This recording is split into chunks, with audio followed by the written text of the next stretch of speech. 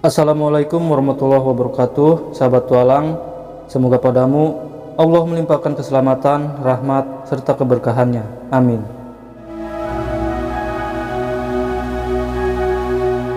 Pangeran Purbaya adalah salah satu putra dari Sultan Agung, yaitu Raja Mataram yang berpusat di Yogyakarta. Pangeran Purbaya ini diyakini pernah hidup di Kalisoka untuk menyiarkan Islam hingga akhir hayatnya. Selain itu, sosoknya juga dipercaya sebagai seorang wali yang memiliki karomah atau kesaktian yang bersumber dari Allah Subhanahu wa Ta'ala. Di Kalisoka itu sendiri, Pangeran Purbaya mendirikan sebuah masjid dan pesantren untuk mendukung kegiatan syiarnya.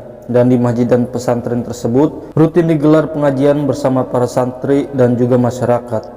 Dan karena keberadaan masjid dan pesantren tersebut, yang kemudian membuat desa Kalisoka menjadi dikenal dengan nama Kalisoka Pesantren. Dan di Kalisoka itu pula, Pangeran Purbaya akhirnya wafat dan dimakamkan, dan hingga kini pun makamnya masih selalu dikunjungi oleh puluhan ribu para peziarah dari berbagai daerah.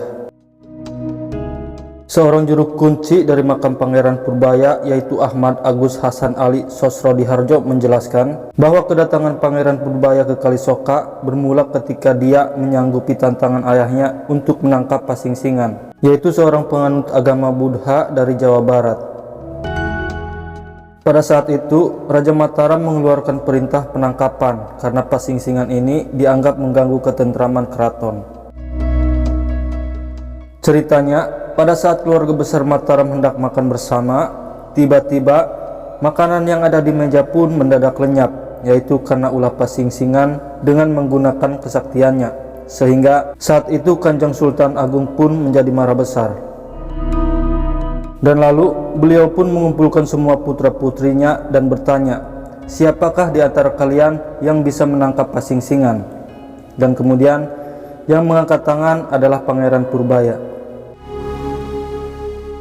Kemudian Pangeran Purbaya pun berangkat ke arah barat dengan membawa 2 batalion pasukan untuk mencari dan menangkap Pasingsingan. Dan pada saat itu Pangeran Purbaya pun menggunakan nama samaran, yaitu Ki Jaduk Silarong. Singkat cerita, setelah mereka melewati sejumlah daerah seperti Purworejo, Purbalingga, dan Purwokerto, akhirnya Pangeran Purbaya dan rombongan pun bertemu dengan Pasingsingan, yaitu di sebuah tegalan yang kini masuk wilayah kota Tegal. Dan kemudian Pangeran Purbaya dan Pasingsingan pun bertarung dengan sangat sengitnya, hingga akhirnya Pasingsingan pun merasa kewalahan dan kemudian kabur ke arah selatan Tegal, yaitu ke sebuah daerah yang kini masuk wilayah Kabupaten Brebes. Dan lalu di daerah yang berupa pesawahan, Pasingsingan pun bersujud dan meminta maaf kepada Pangeran Purbaya, dan karena merasa kasihan, Pangeran Purbaya pun kemudian memaafkannya. Sedangkan perjanjian dengan ayahnya, jika ia tidak bisa menangkap atau membawa Pasingsingan ke keraton, maka Pangeran Purbaya tidak boleh kembali lagi ke keraton, sehingga mau tidak mau Pangeran Purbaya atau Ki Jaduk pun kemudian mengembara.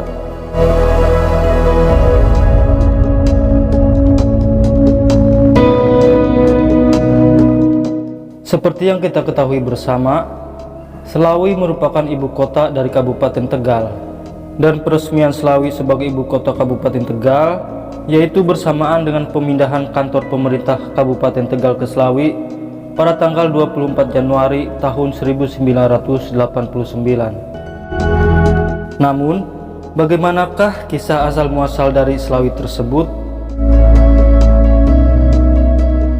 Sebagaimana kita ketahui bersama, Ki Gede Sebayu merupakan salah satu tokoh pendiri tlatah Tegal yang diangkat sebagai juru demung atau tumenggung pada sekitar tanggal 18 Mei tahun 1601. Di dalam buku Ki Gede Sebayu, yaitu Babad Negari Tegal, diceritakan bahwa saat itu di Kalisoka, yaitu tempat tinggal Ki Gede Sebayu beserta keluarga dan pengikutnya, adalah menjadi pusat pemerintahan Kadipaten Tegal.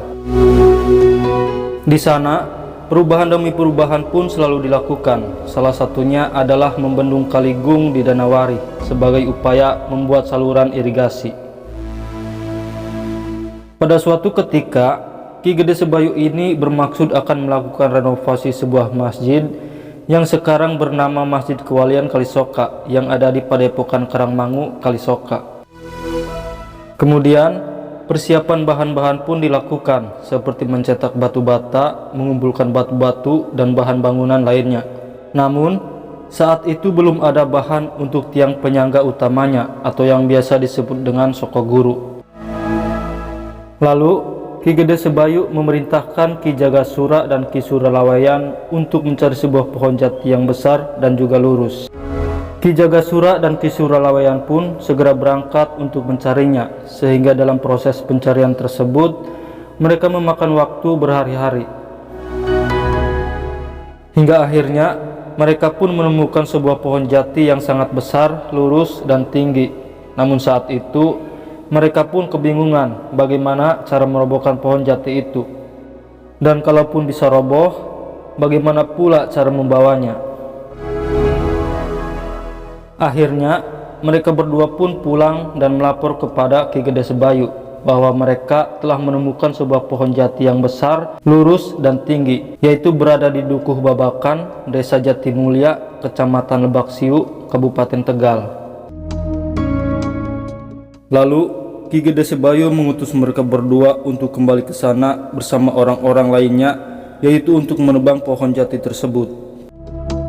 Sesampainya di lokasi, mereka pun bergantian mencoba untuk menebang pohon jati tersebut. Namun sayang sekali, ternyata pohon itu tidak bisa ditebang dan mereka berpikir bahwa pohon itu bukan pohon sembarangan. Kemudian mereka pun melapor kepada Ki Gede Sebayu, dan akhirnya Ki Gede Sebayu dan Nyi Gede Sebayu kemudian membuat sayembara yang isinya antara lain, barang siapa yang bisa menebang pohon jati tersebut maka akan dinikahkan dengan putri mereka, yaitu Raden Ayu Rara Giyanti Subhalaksana. Putri Ki Gede Sebayu yang bernama Raden Ayu Rara Giyanti Subhalaksana ini dikenal sangat cantik, pintar, dan juga tekun dalam beribadah. Maka tak heran jika banyak sekali pemuda yang ingin meminangnya. Singkat cerita, Ki Gede Sebayu beserta keluarga, masyarakat, dan para peserta sayembara pun telah berkumpul di lokasi, yaitu di dekat pohon jati yang besar tersebut. Dan di bawah pohon-pohon yang rindang, keluarga Ki Gede Sebayu dan masyarakat pun menyaksikan para peserta yang berusaha menebang pohon jati tersebut. Namun sayang, dari 24 peserta yang ada, tidak ada satupun yang berhasil menebangnya. Hingga akhirnya tiba-tiba muncul seorang laki-laki yang mengaku bernama Ki Jadug, dan ia meminta untuk mengikuti sayembara tersebut. Dan itu berarti peserta terakhir ini adalah peserta yang ke-25. Dan lalu Ki Gede Sebayu pun mempersilahkannya.